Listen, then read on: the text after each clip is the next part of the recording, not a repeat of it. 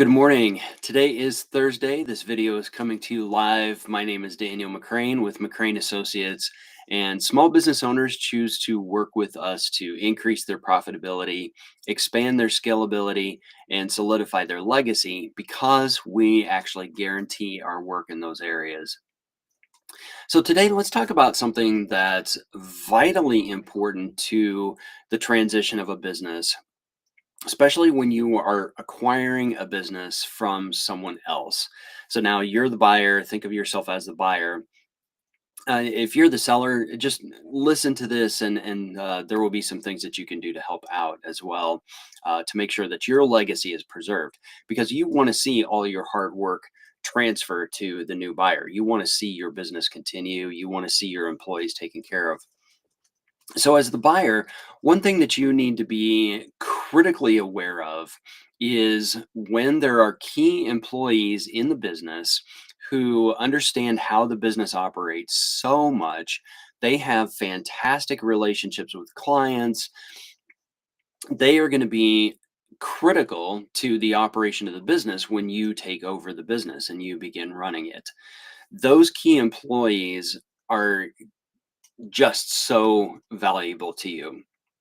Hopefully everything is written down somewhere, all the processes and procedures, your clients and everything else. But when you've got that relationship there between those key employees and those clients, and those key employees just know how to run the business, they just understand it. They're totally on board. They're totally with it.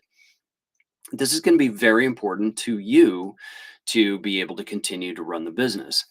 It would be devastating if those key employees walked out the door with the previous owner when you purchase the business.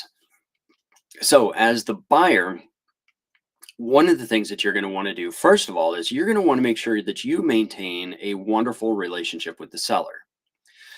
The seller can influence those key employees to stay or to leave.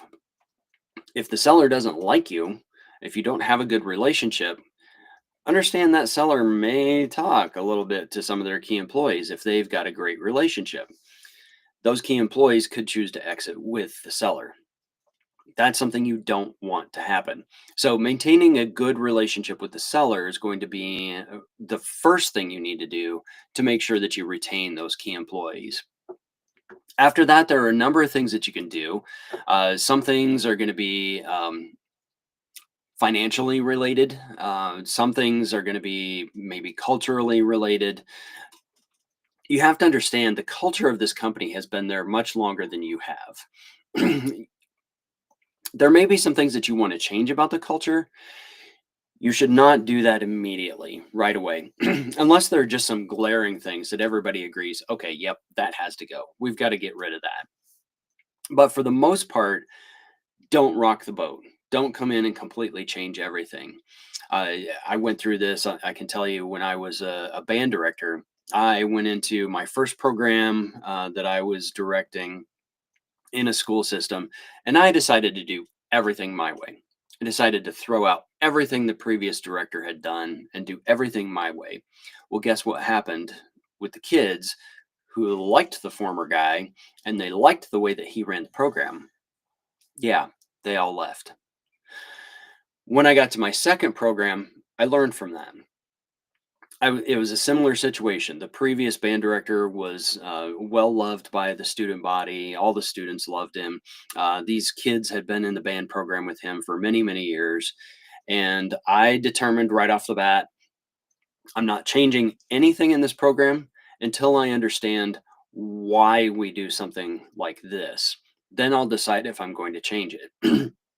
But I did say this on the very first day. I said this to all the kids in the program. I said, look, my intention is to keep everything the same, but you have to understand, I'm not that guy. I think differently. I act a little bit differently. Some things are going to be different. It's not my intention to do things differently, but I'm different. So some things will be different. And they accepted that. They were fine with that. And then when I did need to make changes to the program, I let them know. I said, look, we've been doing it this way for a long time, and here's why that's not a good idea. And there were some changes I made quickly. Other changes, though, I waited, and sometimes as long as a year. And then after being there for a year, I realized, oh, that's why we do it that way. Okay, good thing I didn't change that. You need to do a similar thing with the culture in the company. All right, I spent a lot of time on that. Let's move on. Financial things you can do. So, some things you can do. First of all, you can make sure that everyone retains their salary. That's one thing you could do, at least as a baseline. There are additional things you can do on top of that. You can offer retention bonuses if they stick around for a while. You can offer them stock or equity options if they stick around for a while. They have to vest into those options. You can increase the total rewards package. Maybe you add more employee benefits. Maybe you add career development opportunities they haven't had before. Say something like, "Hey, I'd like to send you to continuing education classes. I'd like you to learn more about this and this and that."